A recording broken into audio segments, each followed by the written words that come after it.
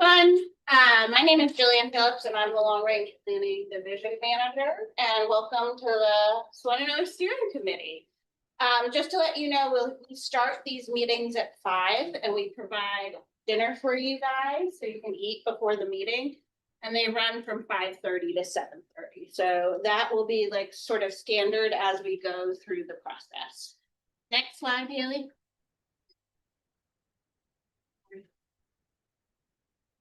Okay. Just to introduce again, I'm Jillian Phillips. I'm the Long Range Planning Division Manager. I have lived in Buncombe County for 18 years, and I have also worked for Buncombe County for 18 years, so way too long. And I'm just gonna go through and have my staff introduce themselves. And we also have DK, our Assistant County Manager here, and some of our CAPE staff. So we'll go through everybody. Shannon. I'm Shannon Capizali. I'm one of the planners in Long Range. I've been here almost 20 years. I live out in Candler. So I'm really excited to get to know all of you guys. I'm Haley Mathis. I'm also with the Long Range Planning Division. And I'm here to be supportive. I'm Bradley Slater. I'm with the Long Range as well.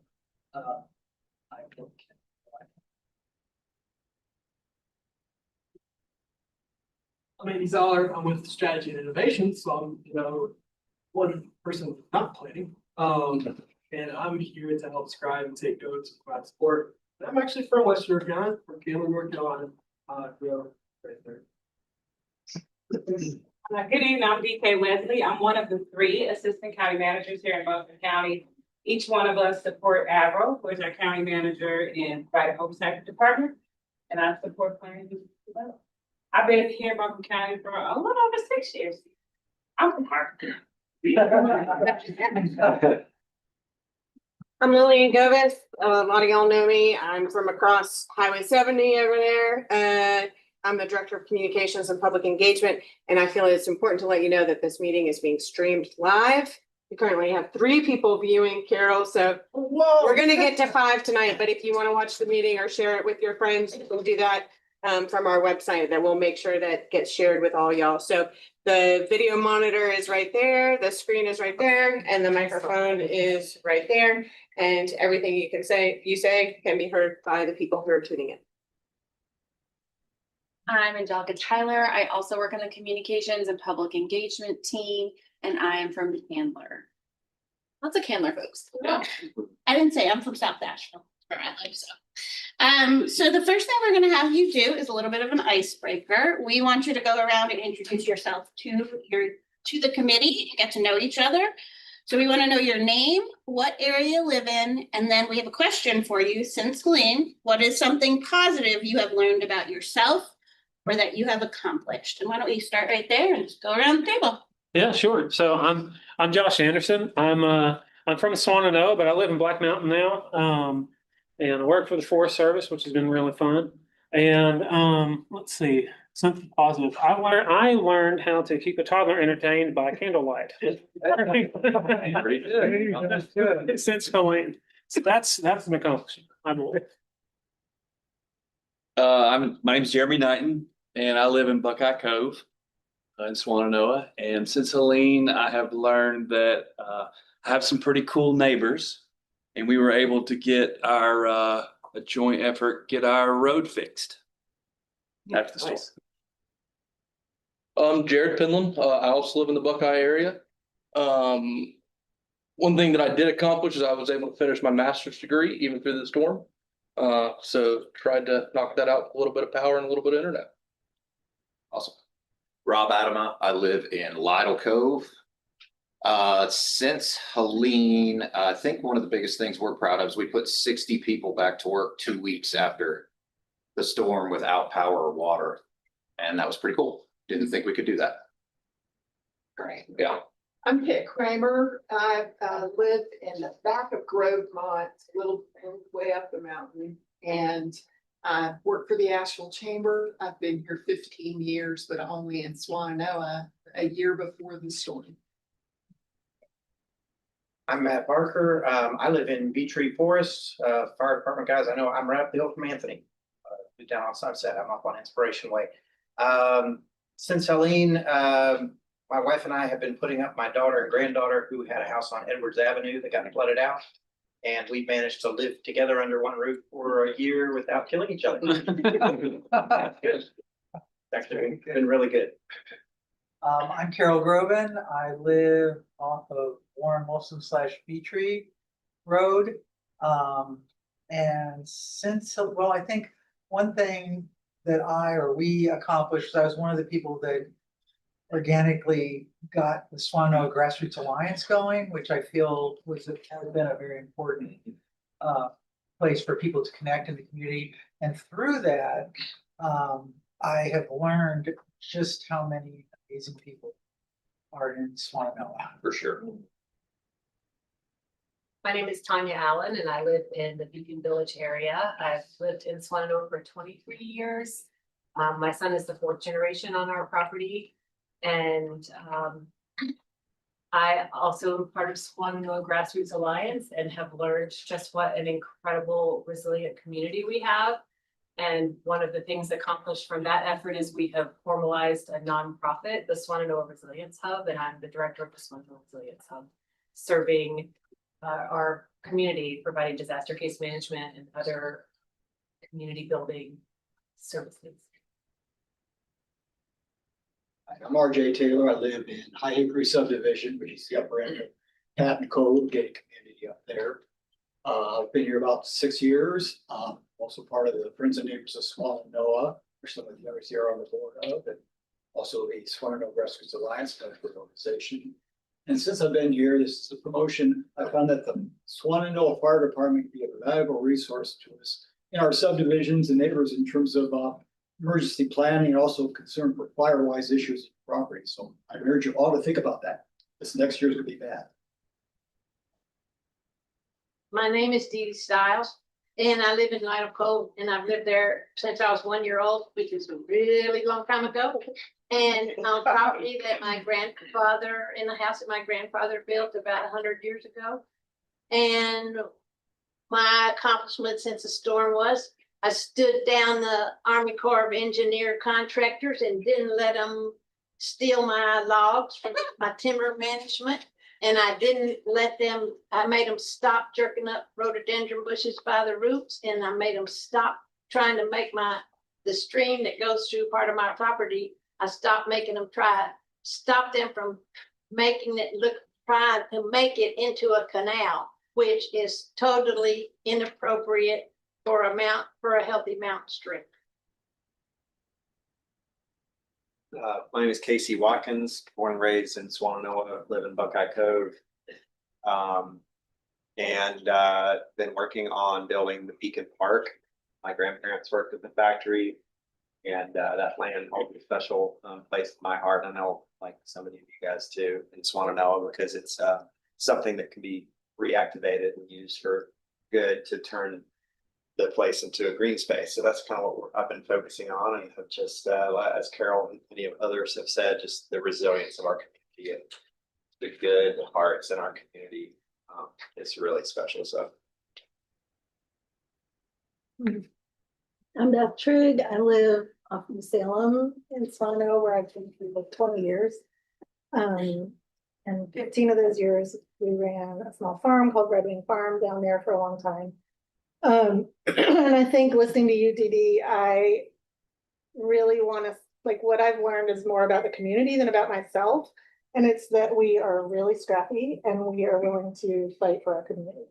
And that has been really inspiring to me to be part of over the past 11 months. I agree. I'm Dina Lytle, born and raised in Swannanoa. I live off of New Salem. My family actually lives up on Dillingham Panaview, which is in the upper village. They've lived on that piece of property for over 100 years. Something positive about my life. Yeah, let's see. I started the Swannanoa Farmers Market, so I feel like that's a pretty big accomplishment. And I've now passed that baby off to the Swannanoa Resilience Hub, and they are taking over and helping me birth some new life into that. So super excited to see how that continues to blossom. All right. My name's Justice Rogers. My first name's Josiah. A lot of people probably didn't know that, but I go by Justice. I live in the Grobemont area with my wife, Mary Ann. I guess I wasn't born or raised here, but my mom is from Swannanoa, so I guess I would be a third generation Swannanoa individual. I was part of the group in Grobemont that helped create the resiliency hub. And I serve on the library board of directors advisory board. So we kept the library open to use as a community center. And I got to use some of my law enforcement and search and rescue skills to help, look for neighbors and be in my community. But the best part, I think, is that I understood why my mom loves Swannanoa, because it has the best people in Swannanoa. And I love the fact that there are generations and generations of people here. And my mom still attends church at AME Zion off of 70. Been there forever. My grandparents donated the land for the church. Part of the SGA and Swannanoa Resiliency Hub. I'm the president of the board of directors. And I get to work with these wonderful two ladies and a few others to help, keep our community strong and building our community back in a positive way for all of us here in Swannanoa. Current understanding, and she's gonna go through the agenda. So we have a number of things for you tonight. Before we do anything though, I'm gonna tell you a little bit about our parking lot. So as we go through some of the conversations tonight, there's gonna be things that come up that we're not quite ready for yet. In terms of order, or maybe don't fit really great into one of the categories that we need to focus on first. So we have a parking lot up on the board over here. It's broken out kind of in the order of our meeting topics, but there's another category at the bottom. So everybody has a little sticky notepad in front of them and some pens, hopefully. So if you think of something and you're like, I really want to talk about this, it has absolutely nothing to do with this meeting, put it on that sticky note. We'll put it up on the board. We will make sure that we go through every single one of them and we find a place to have that as part of our conversations as we move forward. If it's something that you're like, we really need to talk about this sooner rather than later, maybe find one of us at the end of the meeting and let's talk about it and make sure that we can get it included if it's really, really important and we need to do it sooner rather than later. So that's what that parking lot is. Jillian's going to go over meeting etiquette in a minute and ask you all for some consensus on that. We'll talk a little bit about what a small area plan is. I think all of you should have received an email with a copy of the steering committee handbook. Did anybody not see that? Did anybody not get a copy? If you want a paper copy of it, we can definitely get you a paper copy. Yes, Dee. Yep. Okay. So we'll get a couple of those in paper form. We're just going to go over some of the information that was in that. So everybody's on the same page about what this plan is, really can and cannot do. We'll go over roles and responsibilities for you all, for staffs, who should be doing what. And then we'll talk a little bit about our timeline, phases, of what kind of deliverables we'll be trying to bring out of each of your meetings.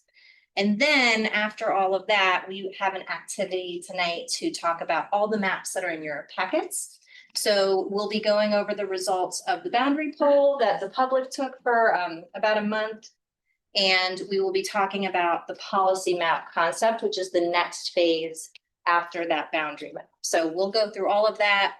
We'll do some group discussion, and then we will send you home with homework. Just very appropriate since we're in school. Yeah, so I'm a big fan of homework. If some of you hate homework, that's okay. We can always catch you up at the next meeting. But the homework is really important because it's going to help us build what's happening at the next meeting, kind of building on the conversations you have today. So we'll walk you through all of that.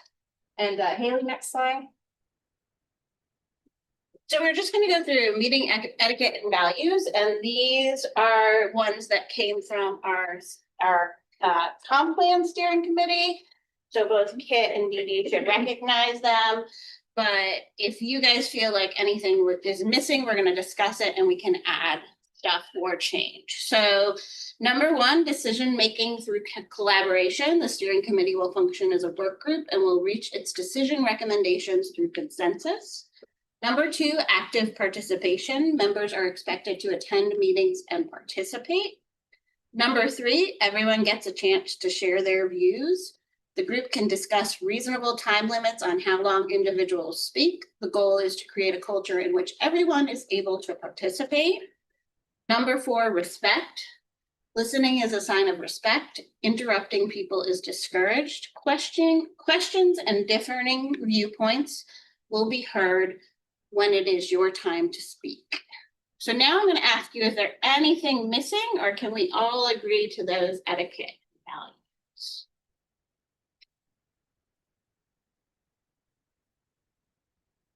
I agree. I'm with Kit. Yeah. For sure. Well, the comp plan steering committee did all the work for you. You guys, okay, so you are good with these. So we will move on. All right, so this is really big picture. Comprehensive plan, in 2023, we adopted as the county, and it told us that there were certain areas of Buncombe County that needed more detailed study. Those areas were either gonna get a small area plan or a corridor plan. And because of what happened with Helene, Swannanoa kind of went to the top of the list. That's why we're all here today, is because that recommendation in that plan. So a small area plan, it's something that the commissioners will have to adopt if we want to become kind of the direction policy. I don't want to say law of the land, but the direction that we need to move in. It's a document that's used by local governments to make recommendations about a lot of different things, which we'll talk about in a minute. But it outlines the community's vision statement. It outlines what its goals are, what the policy should be that the local government should be working off of, and then specific work tasks or actions that county staff need to work on. So it's a long range plan. 10 to 20 years is the typical range for a small area plan. And it will focus on a lot of land use type topics. So future growth, conservation, density, those type of things. It can also kind of go beyond that and talk about health and safety. So lots of different topics, but in essence, it is a land use plan. And then, of course, we can talk about Helene related things. It's not a recovery plan. We're not going to come up with a list of buildings that we need to rehab, but it is going to look specifically at resilience. So what do we need to do? What conversations do we need to have so that the next time something happens, we are better prepared? The community is more resilient. Our land use decisions are taking us in a direction that will make us safer. So that's a lot of the stuff that we're going to be talking about to put together this plan. Next slide. So if you were at all involved in the comprehensive plan, you're going to recognize this graphic because it is from that document. These are the focus areas that we can talk about in this kind of plan. So like I mentioned, growth and equity and infrastructure, other topics like economic development, hazards and resilience. And then there's some examples on the outside of like what those might look like. Any questions about topic areas or anything we've gone over so far? Where do housing and transit and food fall? So housing is going to be a growth topic. You said food. Housing, transit, and food. Transportation would be our transit. Okay. Food would probably be, help me out, Jillian. It's in farms, forests. And I think we probably do the same as the comp plan. And in the comp plan, we placed it's like food security was like a farm agriculture. Yeah, we placed it in farm, forest, and environment. Yeah, it doesn't have to go there for the Swannanoa plan. I'm just giving you an example of where it went with comp. Any other questions? But they would fit into this. It's just a question of what bucket we would. Yes, absolutely. Food security, agriculture, all of that is part of that planning process. I'm thinking more about the fact that we don't have a grocery store than agriculture, even though I love farms. Yeah, land use, land use definitely in growth. That's going to be a big topic. And the post office. So you might have, this is an example, you might have a policy, a proposed policy in growth, equity, and conservation regarding the siting of a grocery store or supporting the siting of a grocery store or additional grocery stores. And then you might have policies regarding food deserts, supporting local farmers, connecting local farmers to people in the community in farms, forests, environment. So it could fall in, things like that could fall in multiple buckets. Thank you, that's helpful. Anybody else? All right, next slide. So there are a lot of things that this plan can do, and there's a lot of things it cannot. It is ultimately a guide for the local government.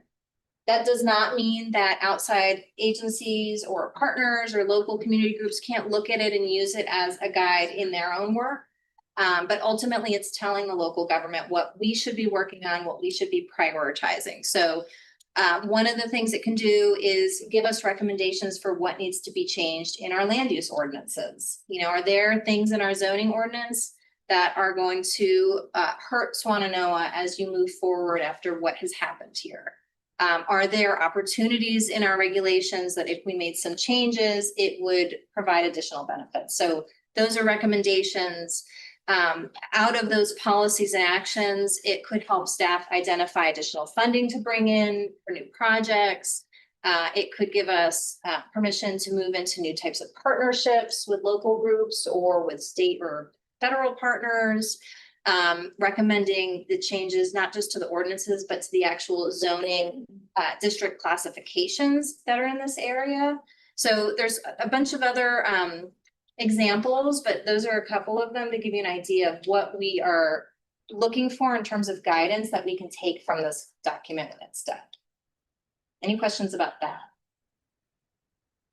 Yes. This will probably go straight to the parking lot, but the concept of incorporation and how that might fit into what we call local government, whether it's appropriate. That's something we're hearing a lot already from public input. It could be something that the plan recommends the community discuss more. Do you have any? I mean, probably since we are Buncombe County and you're talking about incorporation outside of Buncombe County, it would probably be a policy for the community or a goal for the community, pointing them in the right direction, and that be the School of Government, or maybe, you know, the Western and their MPA students could help you with how you incorporate from a county into a your own municipality. But we hear you. And we've started to dig through public input data, and it's there, that if we have heard you. Any other questions? Haley? Yeah. All right, I think Jillian's coming. I'm in roles. So just to talk about the roles of the different groups that are involved in the small area plan. We have the resident steering committee, and you guys provide guidance and feedback on process, public input, and plan drafting. If you want to think about it, you're sort of helping steer the ship regarding what direction we're going with this plan. You have the technical expertise committee, and that's people like NCDOT, MSD. It's our different departments in the county, like transportation and flood and development services and economic development. And they provide technical knowledge and feedback about existing conditions, data, and the feasibility of proposed recommendations. Then we have our planning board.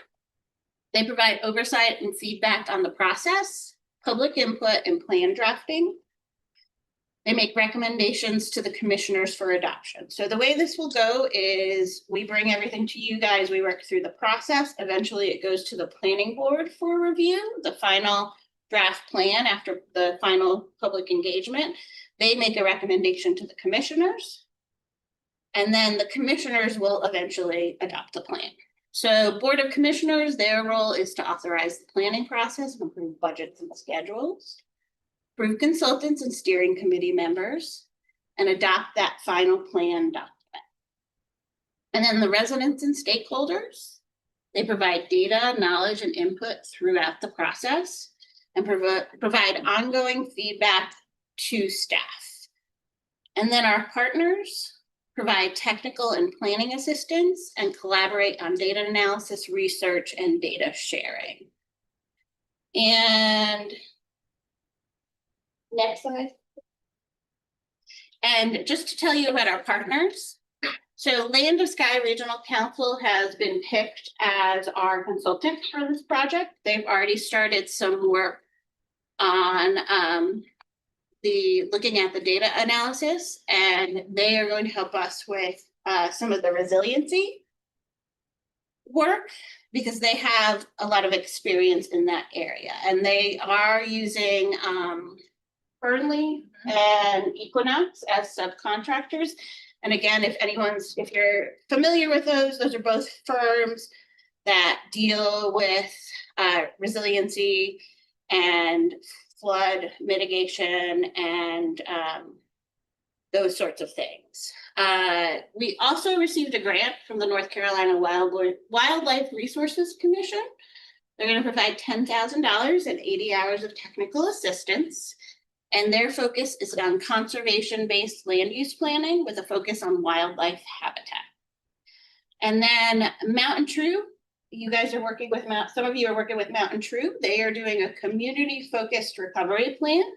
And we have been collaborating with them on public engagement and data sharing. And we will look at their final plan and they'll look at our final plan. And we're really trying to work together. So the data we both collect is valuable to both of our processes.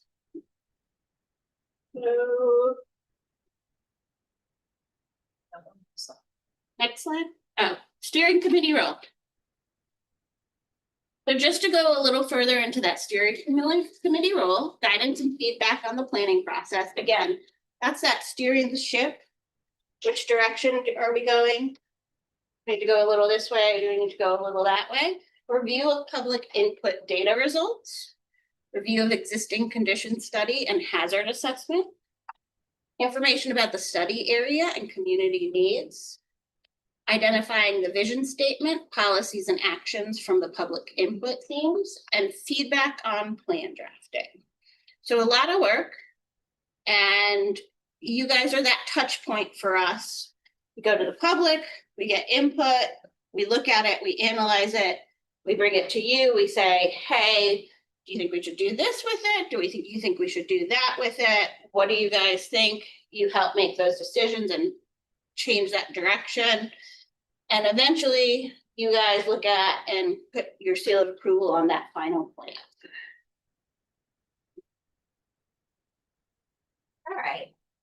So this is a really high level view of the planning timeline for this process, and the sizes are not accurate. So don't feel like we are in any way in the middle because the arrow's in the middle. This is more just an idea. We are past the point of appointing the steering committee since you're all sitting here. We have just finished our boundary poll and our swap poll has now closed. So we are like solidly in the red, getting towards looking at the data, figuring out what the next steps are. We anticipate that a lot of the public engagement activities will be coming to an end by April of 2026. And we're hoping to have the final plan version adopted in August next year.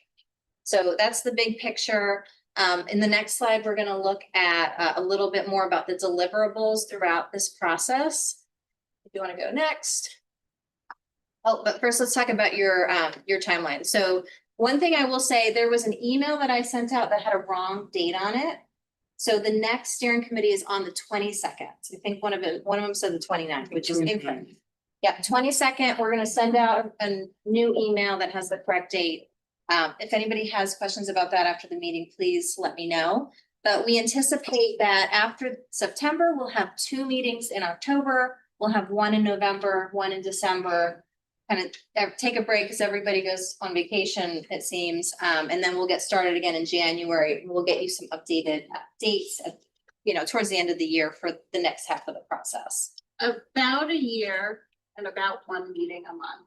There'll be a couple meetings where we're there'll be like a month or two where we're drafting the actual plan that we won't meet.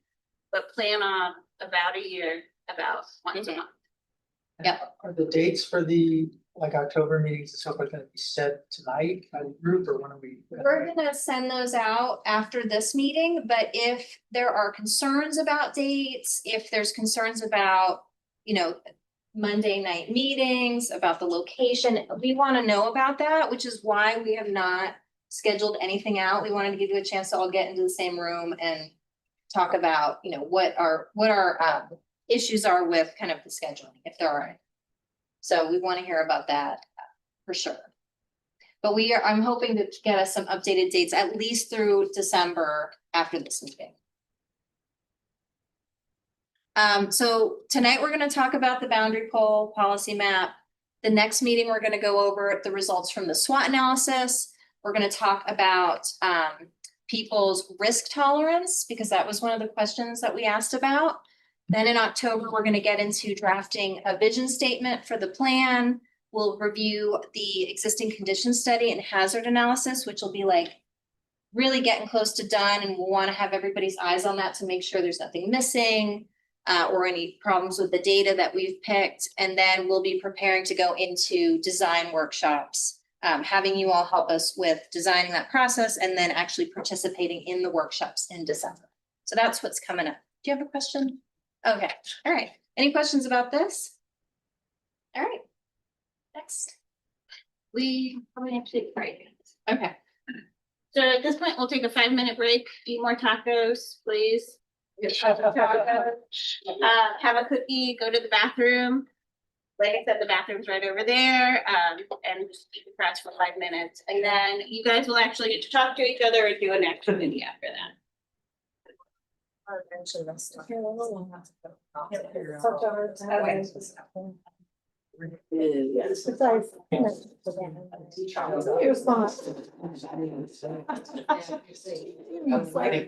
I'm a single parent of a 9-year-old, almost.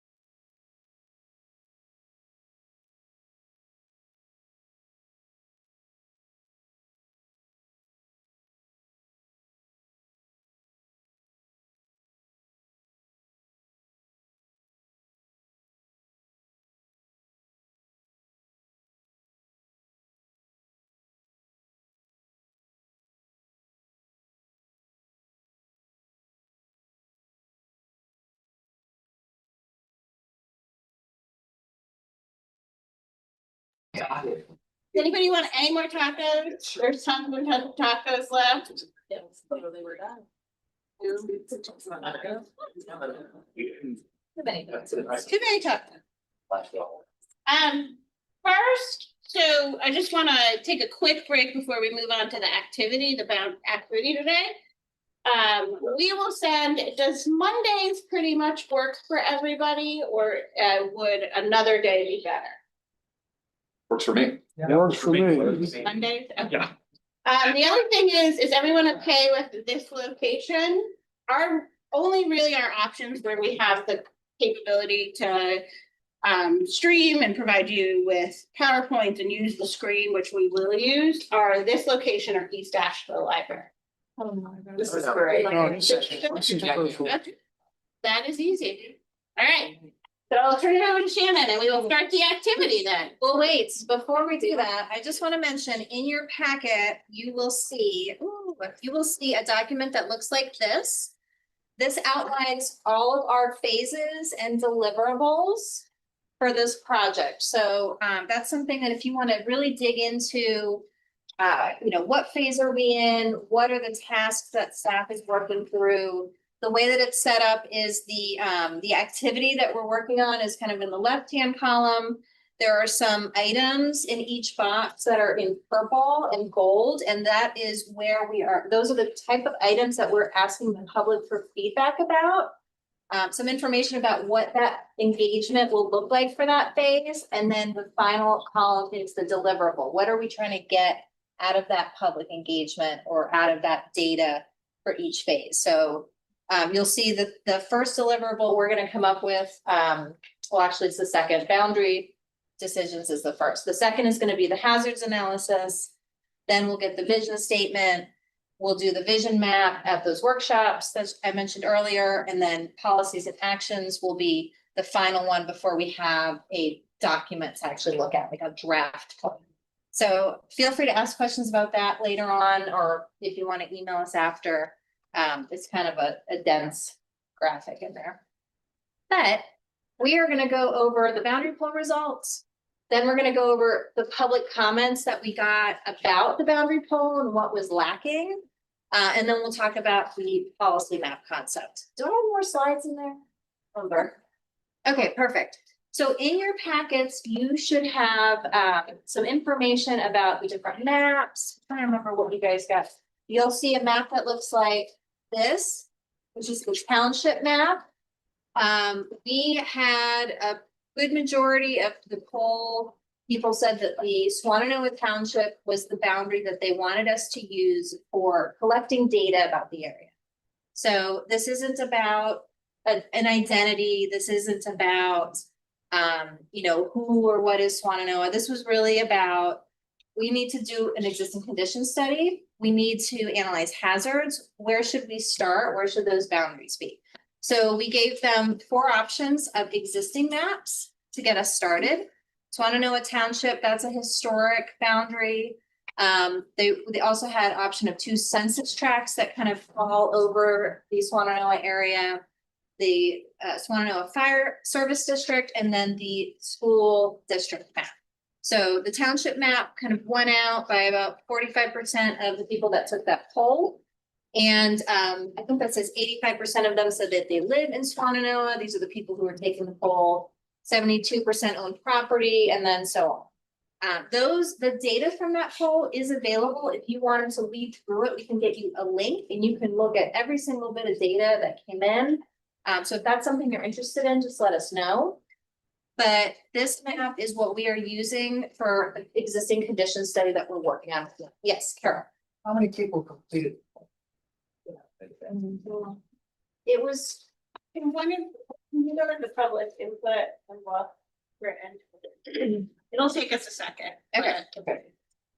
So any questions about this map, which it's really hard to see up here?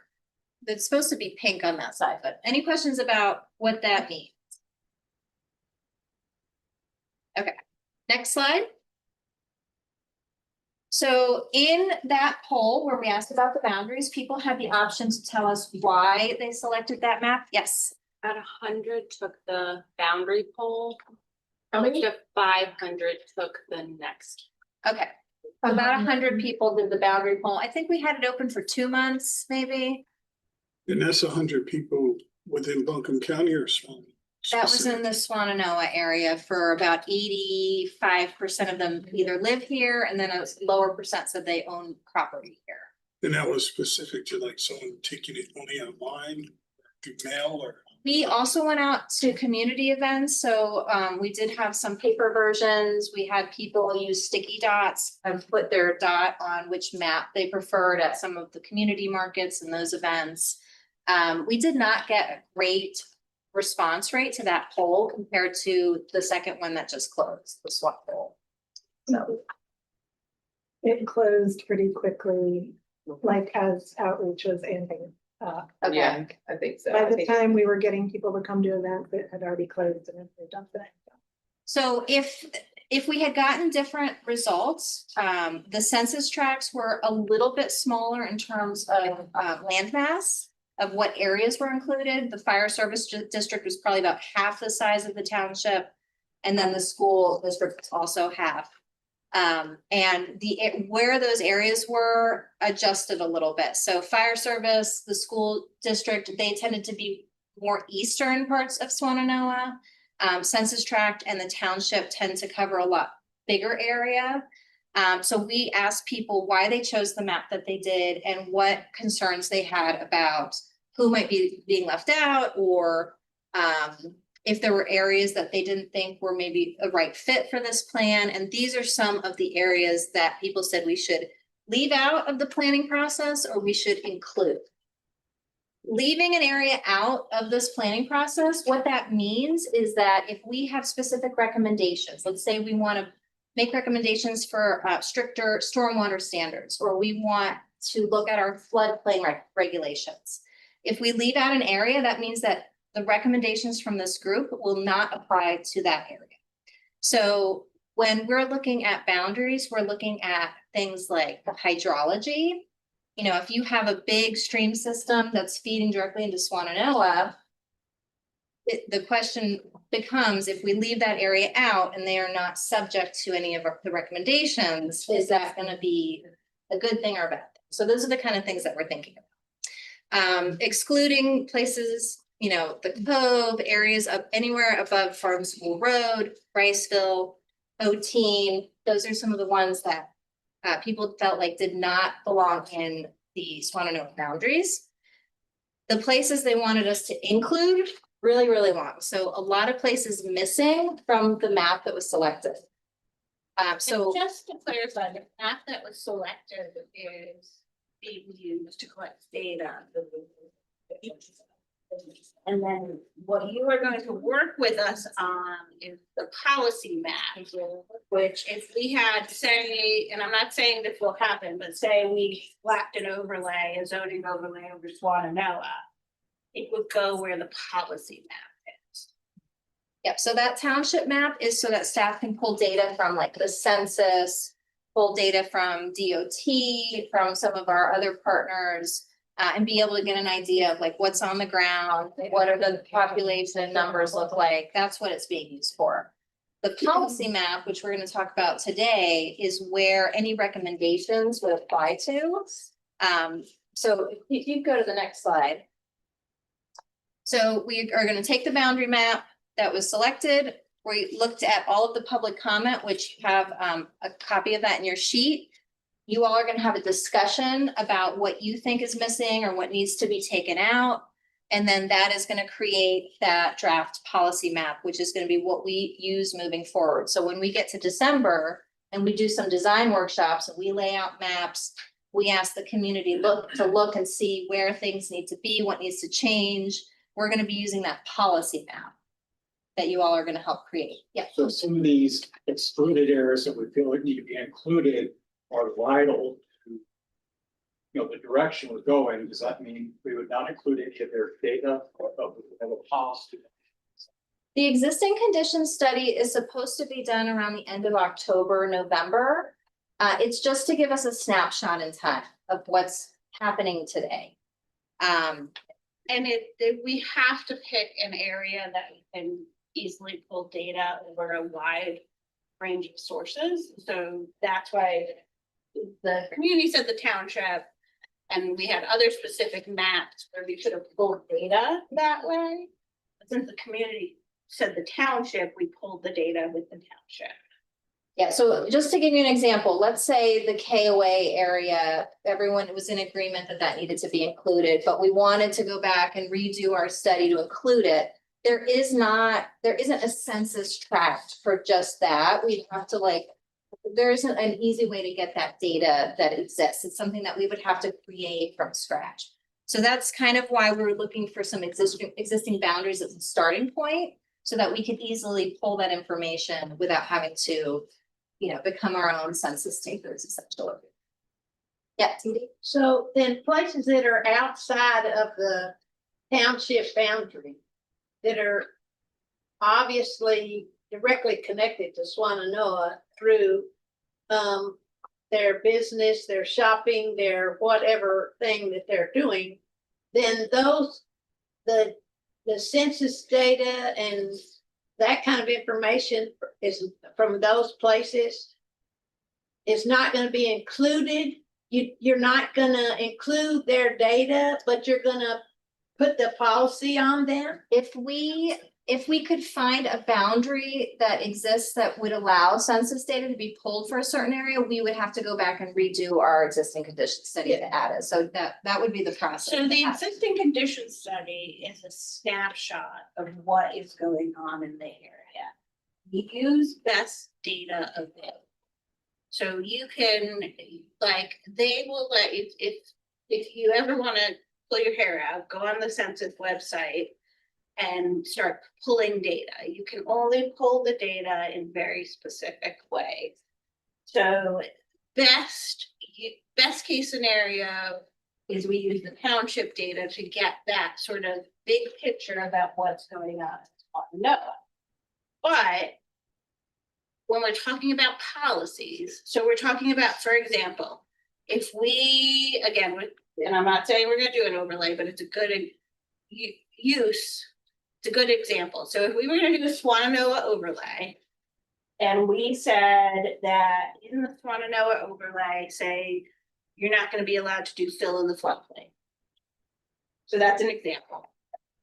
If rice fill is excluded, or a better example is, say we were going to increase setbacks along streams and rivers. So we were going to create a buffer along streams and rivers. So Riceville, that yellow part, is not in the township.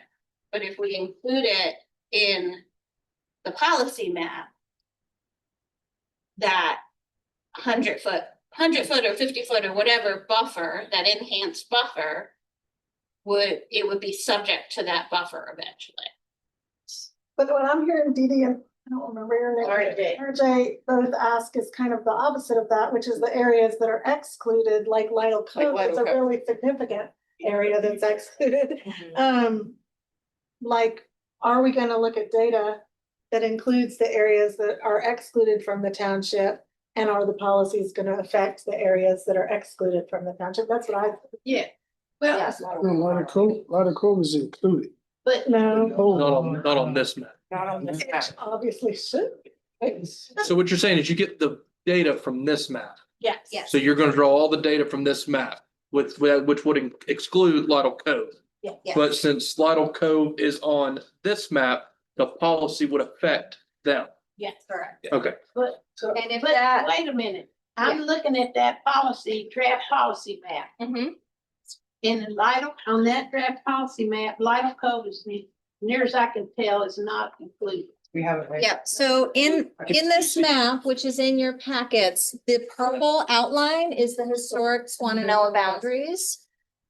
These areas that are in different colors are some of the areas that the community said we needed to take a harder look at to either include or leave out. Yeah. And so then what we're gonna do during this meeting is we're gonna look at each one of those areas as a group. So that's what we're gonna do next. And decide whether or not they should be in the policy map. Just curious, was the zip code an area from which you could draw data, or is that not, data can't be, Some, gotten that way? some data is available. The zip code map, I believe, is in your packet as a cross, or as a hat.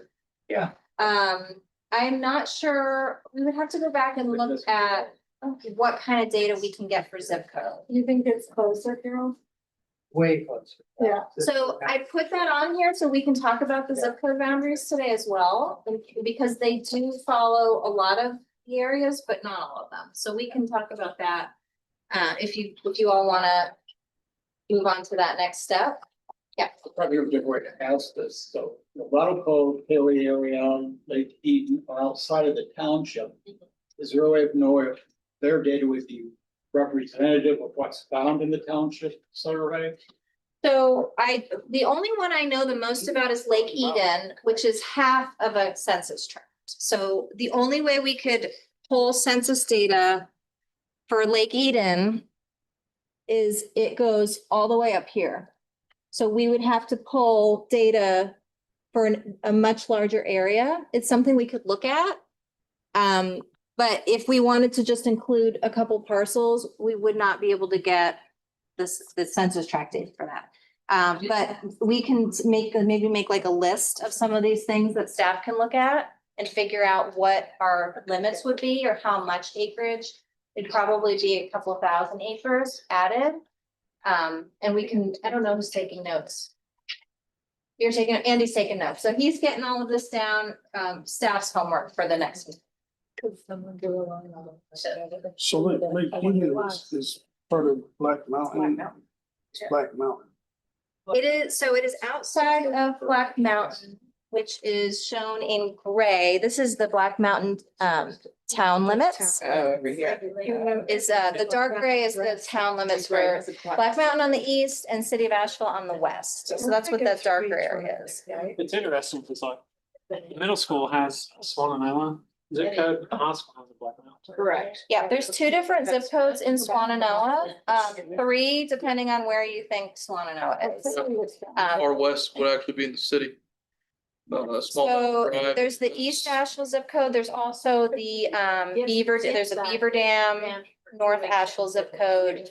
And then we have the Swannanoa zip code. If you go further east, then you also get a fourth, which is the Black Mountain zip code. We can provide all of those maps. If you want that as a follow-up, we can email you those after the meeting. I told you that we were scrappy and ready to fight for our community. I mean, we can come up with maps all day long. But if we're saying we're just gonna pull data from the township. But then the policy map is gonna include areas outside of there, then it sounds to me like regulation without representation. Correct. You didn't ask us who we were, but now we have to follow what you say. So the existing condition study is sort of like the fact book. And it's just a picture in time of what's going on in that. And it just happens that to pull data, we have to come up with some very specific, very, available over the wide range of data we're pulling, way to pull that data. Like, but the people in KOA and Wrightsville and all those places can still be part of the process that creates the policies. Like they can still come to the community engagement meetings, they can still participate in all the polls, they can still come and tell, like, if they don't really want to be a part of it, or they don't agree with some of the policies, they can show up at the commissioners meeting and the planning board meeting or our meeting and tell us. So what data will you be looking at to determine the existing conditions? What are the categories of data? Is it demographic data? There's a lot. Data? Census is just one really small piece of what we're looking at. We're getting information from DOT, we're getting from other government agencies, and we've got the source list of what everything is that we're pulling. it was not gonna be the next meeting. I think it's your third meeting that you were all gonna start looking at those We studies. like to get ahead of ourselves. Yeah. So my recommendation, just so we can move on to really digging into these maps, is take notes of what your concerns are. That's a good, like, if you have concerns about that township and data, that's a good place to put here. What we are doing tonight is trying to come up with the policy. So where do you think, if there are specific recommendations, policies, and actions in the small area plan for Swannanoa, where do you think that should cover? I just want to remind everyone, because there's been a lot of discussion about Riceville, and it's not just about census tracts and townships, it's also about watersheds and what streams run into the Swannanoa. What happens to those streams, as we all know, affects the That Swannanoa. may be more important, because that's supposed to look at the Riceville upper spot, that's kind of the lower Swannanoa water, sub-watershed. And it affects directly lower Swannanoa, so why would they be excluded? It's a real question. Well, that's for you Yeah, and the that's what we're gonna community to talk make about. that decision. We are gonna need some table space. I have some really big maps. We're gonna break into groups of maybe 4, and 3 or 4 little subgroups so that you all can really get around those big maps. You have the Okay. smaller ones I'll bring too. you around the track. We can do The big maps have parcel lines on it, so I think you'll be interested to see what that looks like. Property lines. The version in front of you does have property lines, and I think that's. Just to clarify, Because they're it just gonna seems be- like. I don't have the power to do It's it. not so But like, much about what you there was think how are it the was not- boundaries of Swannanoa. What makes sense to be included in the policy from a watershed standpoint, a regulation standpoint. Right. I think to have some clarity around what question that we answer. They may be different. Yeah. Right. Come over here. Really, the question we're trying to answer tonight is all of the policies and recommendations that are in this plan, where should they apply? That's the real question. Yes. And like, that's what the parking lot is for, like, if you feel like we didn't discuss the data part enough. And you have something else you wanna discuss in that data portion, you can write that on a sticky note and put it in the parking.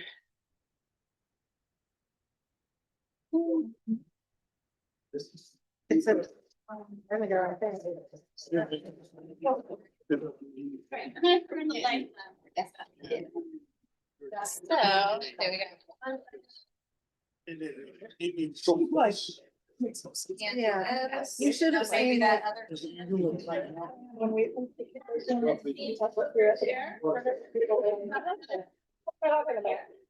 We have 4 people that wanna move that way. I'll go that way.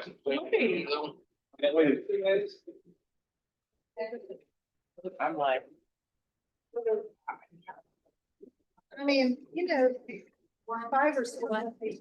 So I know from the storm. In these 2 areas. Yeah. Yeah. That's why I'm. This doesn't make Are sense. you in this one, John? Are you guys?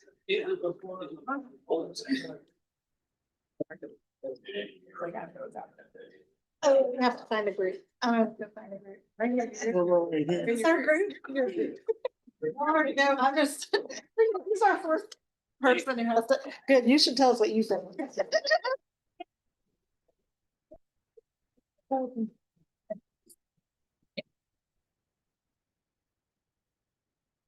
I was telling Dina that we just like, this has been like a point of contention for a long time in the group. I work with Swannanoa communities together.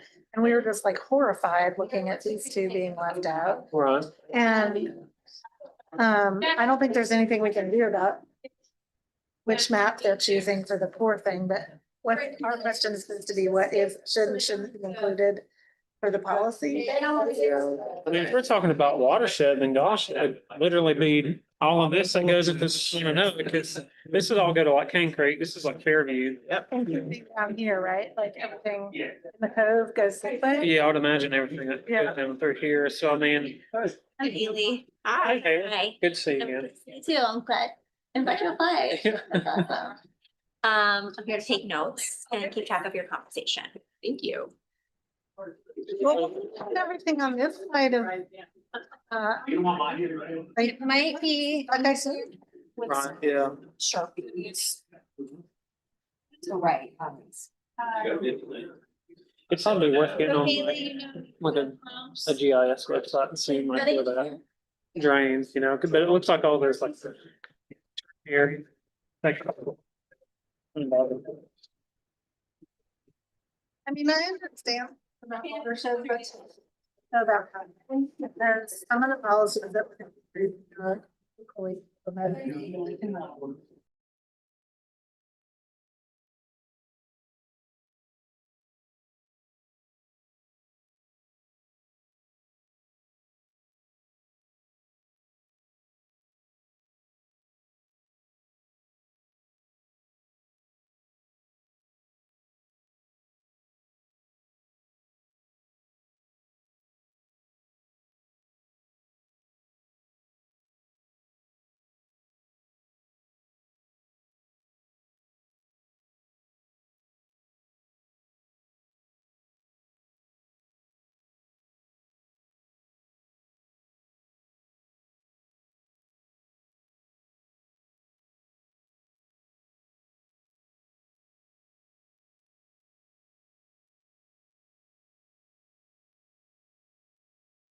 Cause part of like eating, this, like these parts where she was talking about, it's a reserve. Like Correct. So there's never gonna be any community or building. It's not.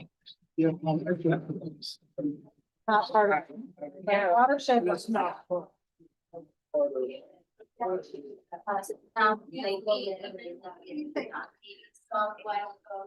if we're talking about like another shark, I mean, you got like those game lands that are like down here in Shake Creek too, which I guess is probably why that's solid. So a lot of that. Right. Right, yeah.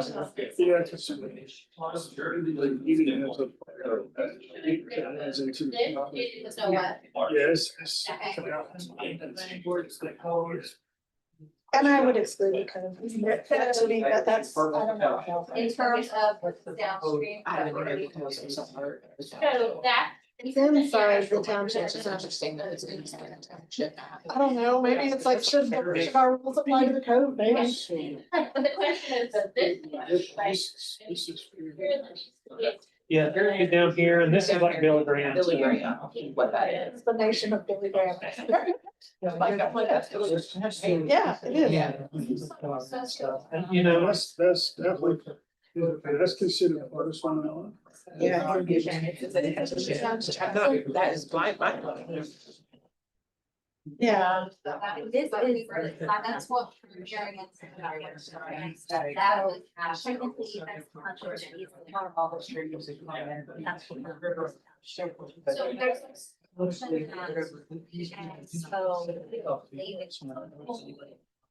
All this. This is. Acreage.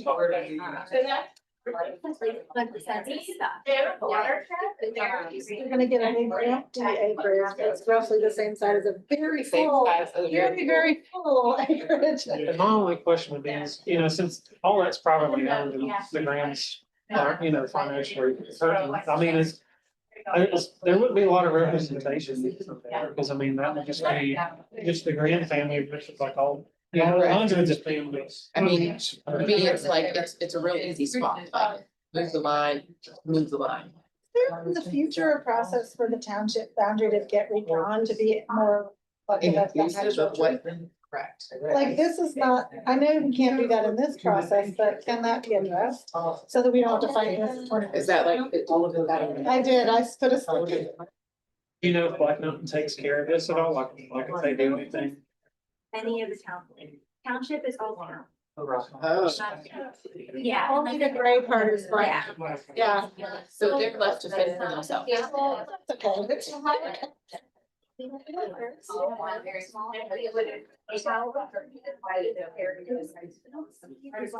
Never talk about the jurors, never talk about the township. Right. It's just the county. So right now, all county policies apply to everybody. There are different policies. Just a storm doesn't deal, right? Yeah. We have talked about it, because like even. I mean, We've had to pay for. It's not ours to road. the private. That's just private. So that. On the acreage. Which also includes the high school, right? Yeah. I think it's right here. Yeah, so some Owen, districts share, but, yeah, she went to good times when I was already. Can I hear you? I want you to tell me. But I think that if we include these, then any things that we say about incentivized to bring transit there, or incentivized to bring housing there, but also items too, right? Yeah, So that, again, like I know there's lots of policies, those are some of the ones I'm thinking of, but I would love to also be available to those areas. of policy. So to me, that, I don't, this, I'm not super worried about those issues. I think somebody might have other issues that I'm not. I mean, it's a very small neighborhood Right. of housing here. And most people here, well, I don't know, but I think you'd find most people back up to the patient there, and I think you'd find more issues if we were in transit down here. Correct. If it's mostly, this right here, this is the most community. Yeah. Here, because once you get towards, Yeah. Rock Mountain. There's no more houses. I mean, there's houses, but they're nowhere near. right. The housing and the keeping and the stuff around those basic human needs, again, these areas are gonna be really important. And then also Riceville is all included, right? Racel is in. Is in the township. It is because it's. Right. So it's very common. So that. Township was one. So here's the thing, when we did the, we were trying to get TDA. Schools, huh?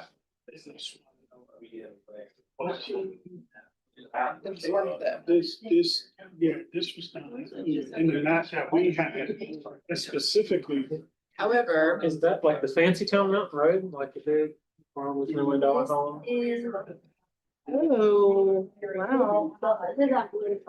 So, yeah. That is exactly what that is. That is Asheville. That is like squarely Asheville, but it. no.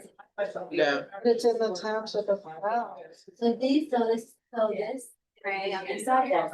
But I mean, identity wise, they have an Asheville identity, an Asheville zip code, but they're in our township. I mean, some of this makes sense, like, about, like, when we were in school, and kids that lived out Riceville Road, right, they all went to Owen. Some of these kids went to Reynolds, too, because I'm. Some of them went to Reynolds. It was kind of a hit or miss. 'Cause, I mean, I have a buddy that lived out in Baldwin. But he went to Owen. I had another friend that was like down here, they sent him down there. Yeah, it was like a hit or miss. Isn't it, you know? In terms of disaster impact, this whole area right here was heavily impacted. Correct. In a similar way to the rest of Swannanoa. Swannanoa. So I mean, I think from like Swannanoa Communities Together considers this part of our service area Yeah. because and hook up the impact of the storm. Is this the mouth? Moffat's down Branch. here, Branch actually, is down here. and Moffat is, yeah, in Swannanoa, and it is on the map, but there's this little area right here that's excluded, that there's nothing we can really do about it. But it's- That's the, so if it's gray, that's the city. Yeah. Yeah, my bus went down here, like, yeah, they went, that was like the turnaround, point was not.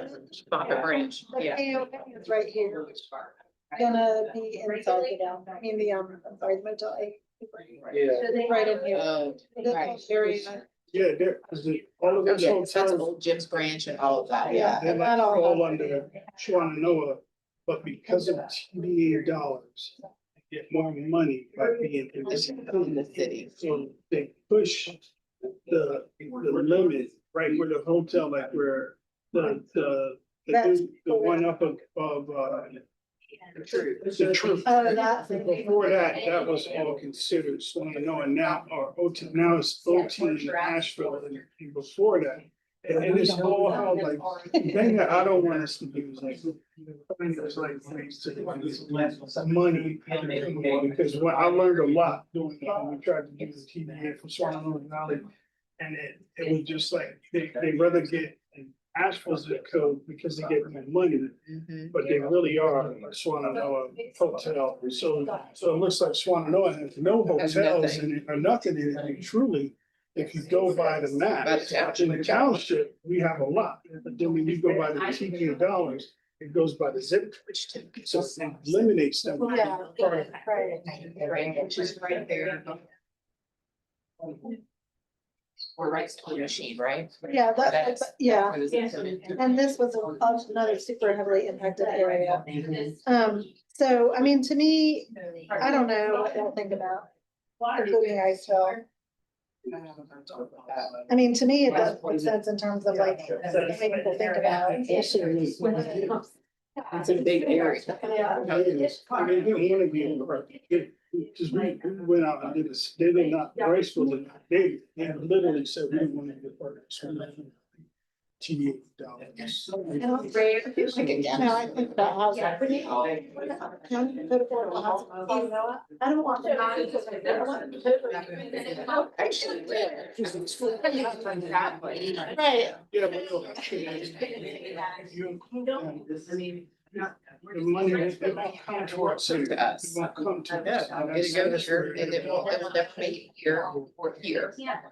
Right? And this area, I think would be great. I think that would be a fine area. I mean, if. You know. Like this makes sense. Yeah. This, not so much this. Nope. Yeah. Agreed. I think.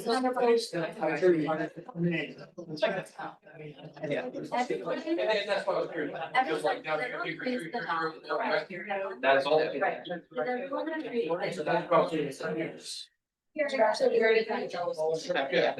Yeah. See, like Bull Mountain, or this weird section. Yes, some of like, Like anything upper- towards Town Mountain and all this, like fancy stuff where they have plenty of resources, I can't imagine, Yeah, but. you're right, that bull, I agree with you, Bull Mountain, the upper grassy brand. Right? Kind of like right here, this part, I would say yes, yes. That's right here. Exactly what Mary did. She like sprout this whole thing up here. Yeah, I mean, That's the. The same, yeah. it's like some of these. This is gonna. That's pretty money. Get out of here. So when it crosses out. Yeah. Show it up. Yep. I mean, Right.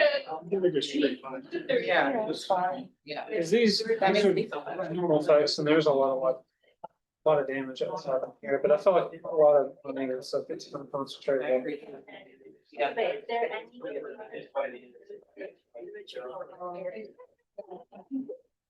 Maybe consequences. Policy. So, okay, so this one, that's right there, following, not just resource, so, and I am not. So is this where extreme buffers or we do rules about? Like building on the mountain. Yeah. And collecting your own water, things like that. Strange, some of these are even like ephemeral, like some of these are flowing. Or sure, I have like maps I pull up on my phone and it'll say I'm walking right in one of these. So it's interesting that like, some of these are, yeah. Yes, it's not flowing, but it's ephemeral and so. I think, yeah, because everything like, Because it then starts that- running, that's, that's what's draining. Whereas Like. this over here. Yeah, it's like. Does so, or not, or you're not like caught in your. Well, go back to the watershed out there, well, then again, then it's like everything that will go into the Swannanoa should be, which is then like, that's a huge area. Yes. Yeah. Correct. I mean, I think if you expand it to be that big, it would be way outside the boundaries of what anyone would consider. When was the last time these?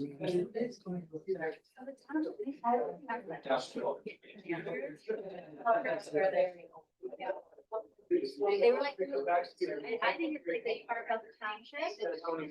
Yeah. Like some of the first census surveys. That's what. Yeah, And that's why. And these poor areas hardly ever get surveyed, like in forestry, we'll get these weird boundaries, and it's from like. Yeah.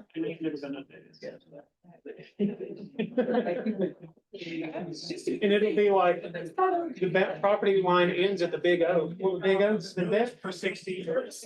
You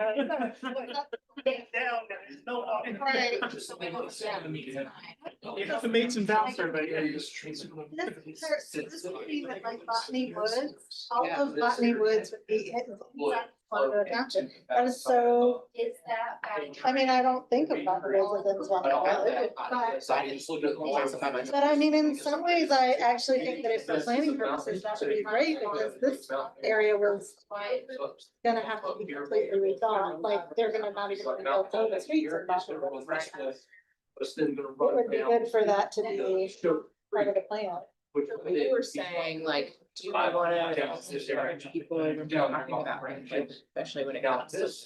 Yeah. Building out all these things, so if we include them in this. You mean this area up here? This area up here, they would have to follow the same policies that we follow, even though. If it makes it. If it makes it to the. And then we haven't had to change that, but like. That's what. Overlay. So we, there's some overlay that you would file, the original overlay stuff is now, it's like, now it's like. Emma. But in conversation with support, there was lots of home parks and piers that they may be placed or funny like operating. So that's another like overlay that could be all the housing focus overlay. And then maybe there's an overlay that's watershed. Overlay would just identify where manufactured homes were now, or would identify where we would want them to be. Right, so like. Yeah. And then So what is the purpose of? It's like small areas. There's areas that are always allowed or been right now.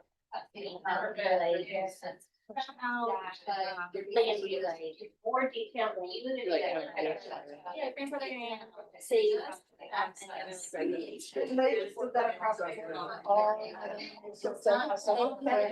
That was. Yeah, just, small areas. I think it would be a different, I think here it's a different situation because of what happened in the flood. Yeah. And so I'll just say that like from our point of view, it's not together, we want to make sure that in places that are not at risk for flood, in safe places. So it would be a different thing of like maybe grandfathering in the ones that were in safe places. And then setting aside, like through zoning, I guess, allowing that type of development. And that's the places that are safe. Yeah, no, it's just an example of like how. Like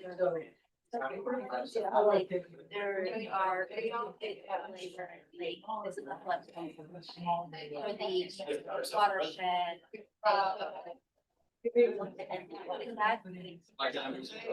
It's for the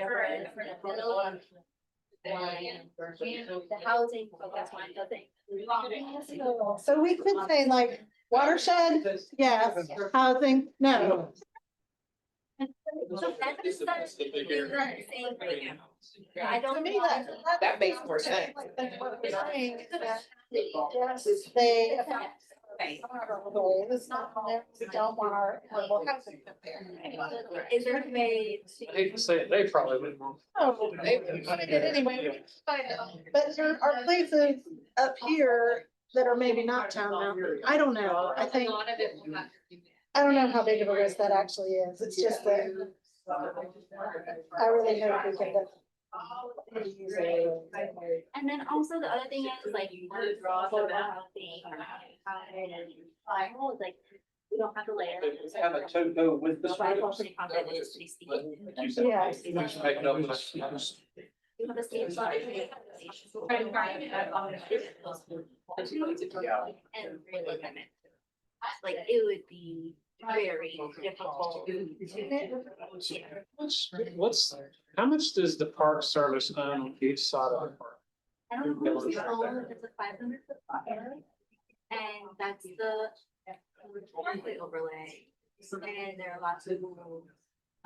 They're super strict about like, you don't touch anything, you don't build, you don't, like, they're even worse than us. I don't know their buffers. But then there's a buffer, edge of what they own, and it's 500. So. And then you can't, but there's all these screening, you can't have, you can't see any.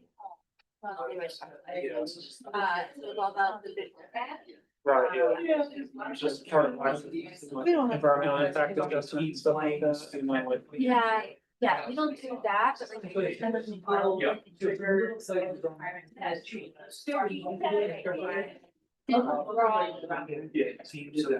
yeah, from what I understand, there is no like SMZs or like buffer zones for the Swannanoa French Broad. Zero, which is really interesting because when I did forestry in the eastern half of the state, so like the News and Pamlico and all those, they do have like SMZs. Yeah. What is that?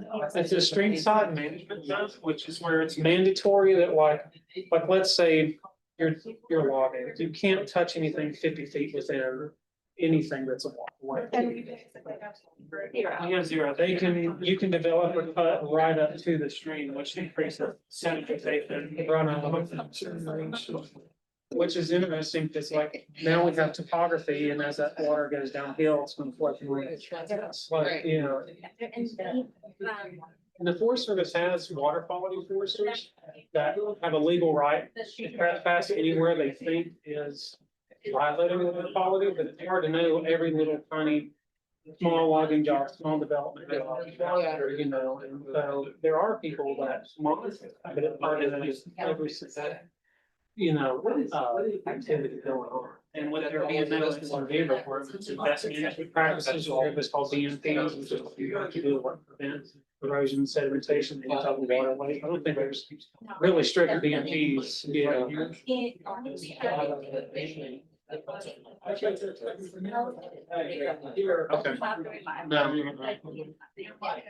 And recommendation right now, the wildlife, that's like at least one. Yeah, yes, yeah.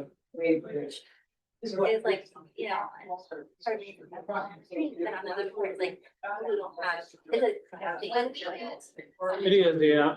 But. And then the problem is like in the mountains, on the place you're gonna build. Yeah, and that's where the water.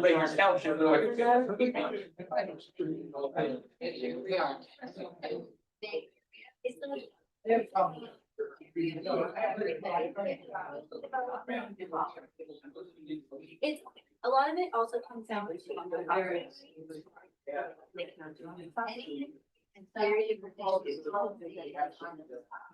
Yeah. It's going on. Because- And that a lot of I own this land and I can't do what I want. Your plot of land you own, you take a ton of land for. Yeah. We can't use, they'll have eminent domain, or like pay them, right? Yeah. Compensate them. Basically. Hey, you want me to look at it? I use some fire. Right, yeah. Fire. Because that happens a lot on the generator. It covered, that happened a few places on the generator. Just see that. Like, there's something.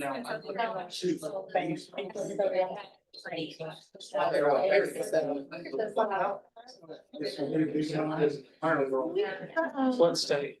Area, because it's not incorporated. So I'm sure this is gonna come up, but can we put this thing about the, SMZs. If we get SMZs and BMPs, what go along with SMZs, all these fun activities. so, but this is like buffers, it's what these are. Yes, Right. buffers and regulation. This mostly applies to like forestry and agriculture stuff, but developers also do have like. Yeah. Sadly, developers get away with more because they throw stuff underneath the table, and then when they look at ag and forestry, people are actually know what it is. And you gotta imagine like, if you cut this forest, but you don't put a Walmart there, it's gonna grow back to forest. If you cut that forest and put all these houses, that will never be. You know, and so you would think there would be more regulations on what's creating impervious surfaces and permanent deforestation rather than ag or forestry use. You see those things? You were counting. Yeah. Where do we put this? Now, I did ask about listening policy. It's not like they just. And then- It's. So that was policy that we about this plan is gonna be like. You don't know. You don't know, so I know. But it's definitely gonna come. Oh, it is. Up. Yeah, because now I'm gonna read this is out, and everyone agree. Absolutely. That they were not in to begin with. I'm still not sure about that. I mean, we're sitting pretty much in this one.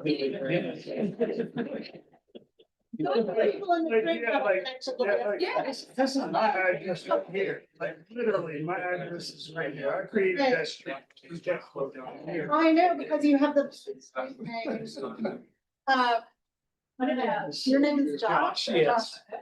Either or, whichever one you think. Okay, so you talked us in though to remembering to include this. Yeah, because I had someone, Which I think, I agree. there's some people, I don't understand how, like, some people can live here and go to Owen and some people can go to Ranch. Never understood that either. So is that still true? Or was there just a time when they had to pull some people from the Owen district and they were in pride or something? Yeah. No? Yeah, and it's dropping. No, we were I mean, the main residence was overcrowded. Yeah. Should have always. That might, now that would make more sense than it being. Is this should be Hall Creek kids, like Hall Creek Elementary, right, wouldn't it, where they'd probably go? Yeah, or sorry, Charles C. Bell. Yeah, no, I was being, And so it's interesting because I knew kids from Bell that would get to middle and then they were my when the bus was up here. my bus would turn around right up here in Moffett Branch and I live right next to the. Yeah. But then we would turn it on here and then go around. I was like the last kid that would get off. By the bus. We had a couple of kids that got dropped off. This, when I went down here, we had like two girls that went off this road. Bailey? And then- Go all the way over. Yeah. Hey, Jillian, and then you have some. This isn't now, there's like a really fancy private uniform area. I believe that's where they live. That brings it.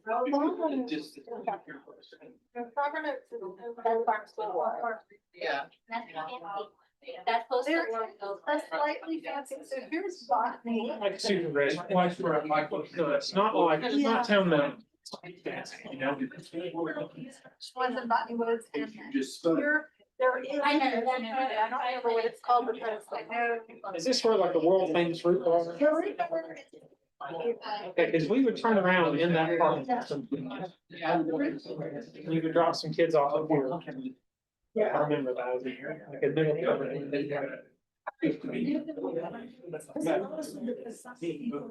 Were destroyed in the house. The people and the houses. Between Botany Woods and the root bar and it went around a curve and then everything. collected there. Yeah. Like I can see the. The name is just not. Yeah, it's above here, it's between, and parts of Botany Woods are kind of fancy. I mean, the house.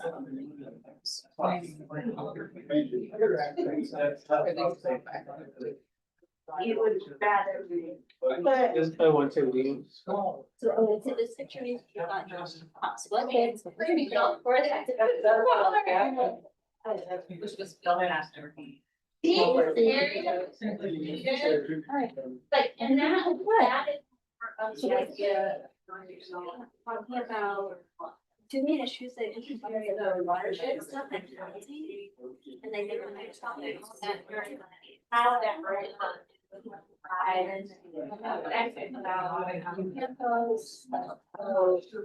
Lower part. It needs to be broken down into different pieces.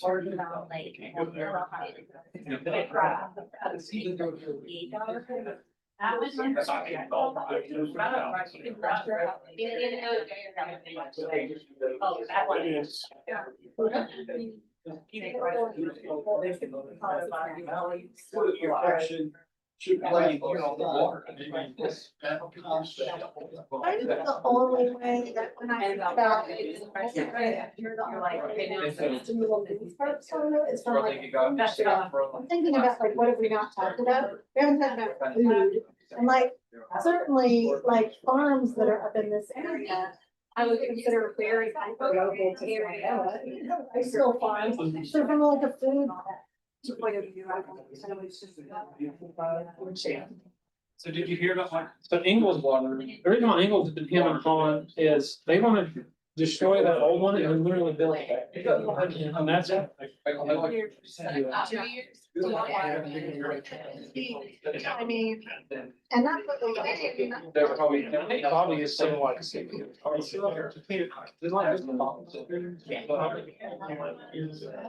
Which is funny, because from what I understand, his dad is. What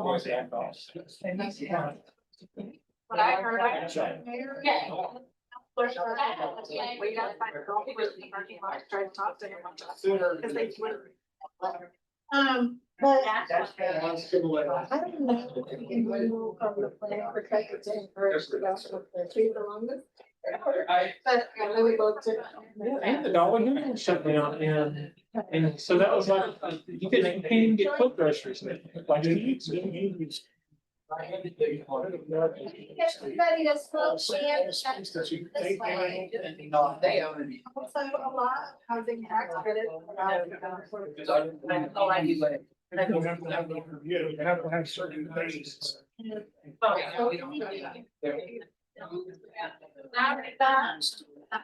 Does it have to be an active grocery store? Like Yeah. they're planning to put, okay. We can talk next step for Western, like, if you don't housing on that Western end, or Eastern end. There you go. Wherever it is, like that area on the edge, close enough to host people. Yeah. But but that's. I'll figure it out. Weekend. Just moved on to other things. We just kind of wrap Old Fort in there and. Oh, wow. Yeah, I don't know if That is no longer a small area. Just did plan. a. That is a massive area. Full service grocery store. All right. Answers have no boundaries. I don't really know. Just remember while Shannon's explaining the homework, and before you I can leave, find that out. if you have something you question. didn't say or something you just thought of, you can throw it up there. Do we have time to talk big picture? I think there's probably a checklist of what a process is or food.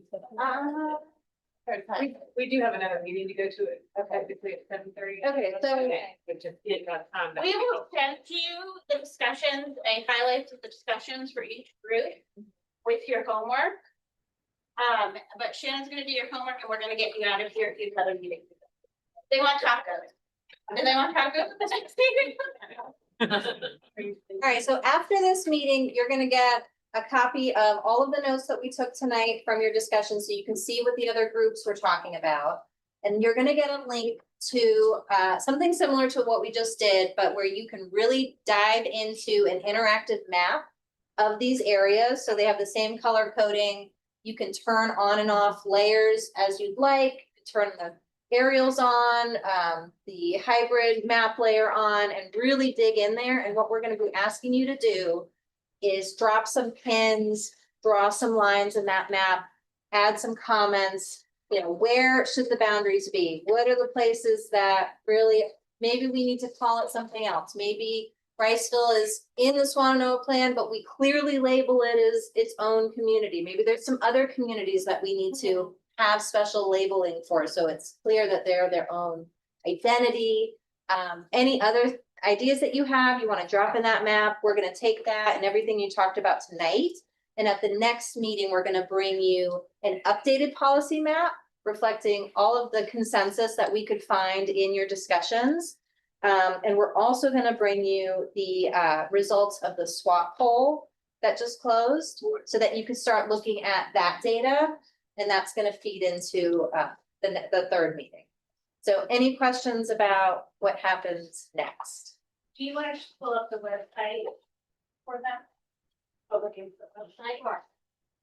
Want to look at it? Yeah, did I hear you say that if we looked at the entire area, we could have multiple policies? Different areas with different policies, or we just working on one policy, other areas are. So the group I was in was discussing, and just to let you know, originally, let me hold this up. So originally, before the Lavens. Yes. The Swannanoa small area plan was supposed to be more of a corridor plan along this like central corridor. And then Beacon was supposed to get like a detailed, the Beacon Village and the Beacon site and that area. So one thing that the group I was discussing, the reason all these areas were included, a lot of it had to do with Helene and damage caused by Helene and watersheds and where water goes and where steep slopes are and where landslides happened. So my group was talking about you could have a small area plan in the Swannanoa area, or someone suggested the zip code.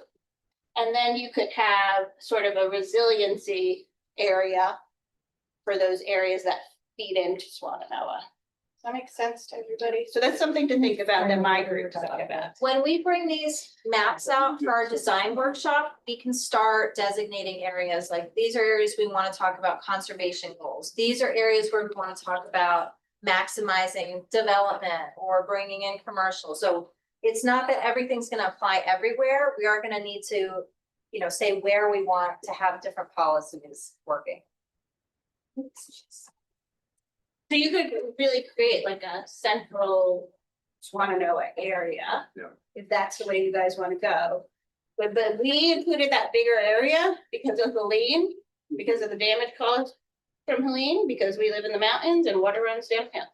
Hey, do y'all have a map of the mudslides? Of the landslides? Yeah. We do, and we will go over that when we look at the existing conditions study.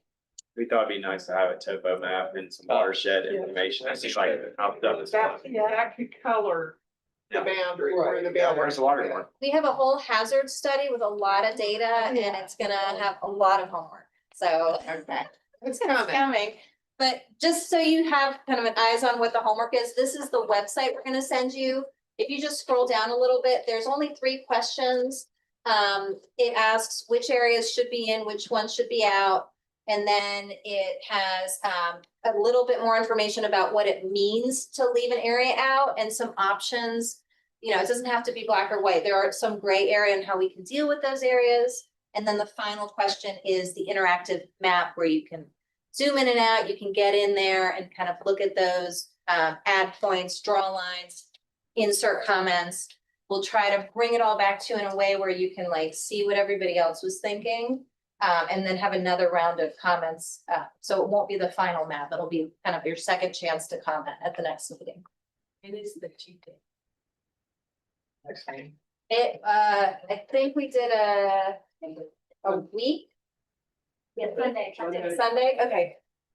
Yeah, next Sunday. So we'll send it out to you tomorrow and you have it until next Sunday. Okay. Very appropriate for an middle school. Big announcement, the meeting that she was referring to, the song that they're going to, in case anybody's interested, it's the Swannanoa Grassroots Alliance meeting. It starts in 6 minutes at 216 Whitson Avenue, which is the old Swannanoa Methodist Church. But anyway, tonight we have Commissioner Terry Wells, one Commissioner Terry Wells is coming, along with people from Renew NC. We talk about the housing recovery, Renew NC housing recovery program, I think. Great. Thanks, Phil. Yeah. You guys.